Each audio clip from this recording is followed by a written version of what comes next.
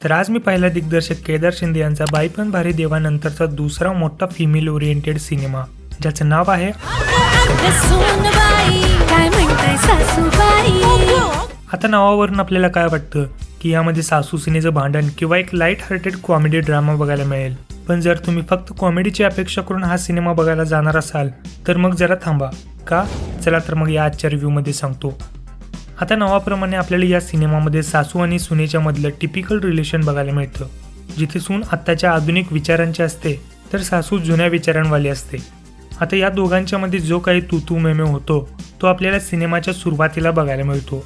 पण नंतर या सिनेमामध्ये एक असा इन्सिडेंट होतो ज्यानंतरनं संपूर्ण सिनेमाचा टोन हा चेंज होतो, ज्यानंतरनं सिनेमा हा ड्रामा आणि इमोशनवरती जास्त फोकस करतो आणि त्यामुळे सासू आणि सून यांच्या नात्यामध्ये काय इम्पॅक्ट होतो हे सगळं या सिनेमामध्ये बघायला मिळतं.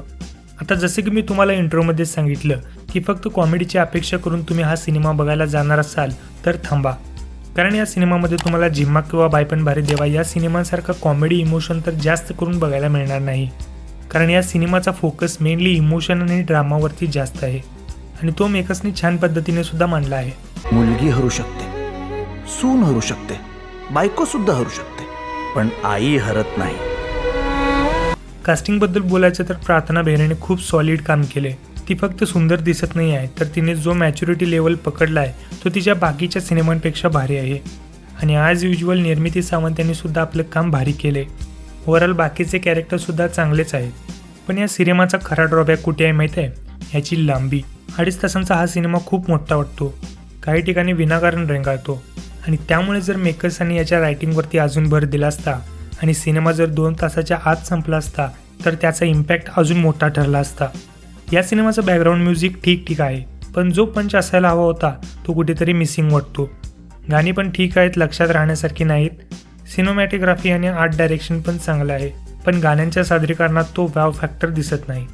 तरीही केदार शिंदे यांचं डायरेक्शन मागच्या सिनेमांपेक्षा चांगलं वाटलं. त्यांनी या साध्या गोष्टीला एका वेगळ्या स्वॅगमध्ये प्रेझेंट केले. आता या सिनेमाबद्दल माझं ओपिनियन काय, तर माझ्या मते हा सिनेमा एक ब्लॉकबस्टर तर नक्कीच नाही आहे. पण जर तुम्हाला फिमेल ओरिएंटेड किंवा फॅमिलीसोबत पाहण्यासारखा सिनेमा बघायचा असेल तर तुम्ही एकदा नक्कीच ट्राय करू शकता. मी या सिनेमाला एकदा तरी पाहायला हरकत नाही या कॅटेगरीमध्ये ठेवतो. आता तुम्ही हा सिनेमा पाहिला असेल किंवा पाहणार असाल, तुमचे ओपिनियन्स काय आहेत ते कमेंटमध्ये नक्कीच सांगा. व्हिडिओ आवडला असेल तर व्हिडिओला लाईक करा, चॅनलवरती नवीन असाल तर चॅनलला सबस्क्राईब करा. पुन्हा भेटूया एका नवीन व्हिडिओमध्ये. तोपर्यंत हसत राहा, बघत राहा, रिव्ह्यू करता.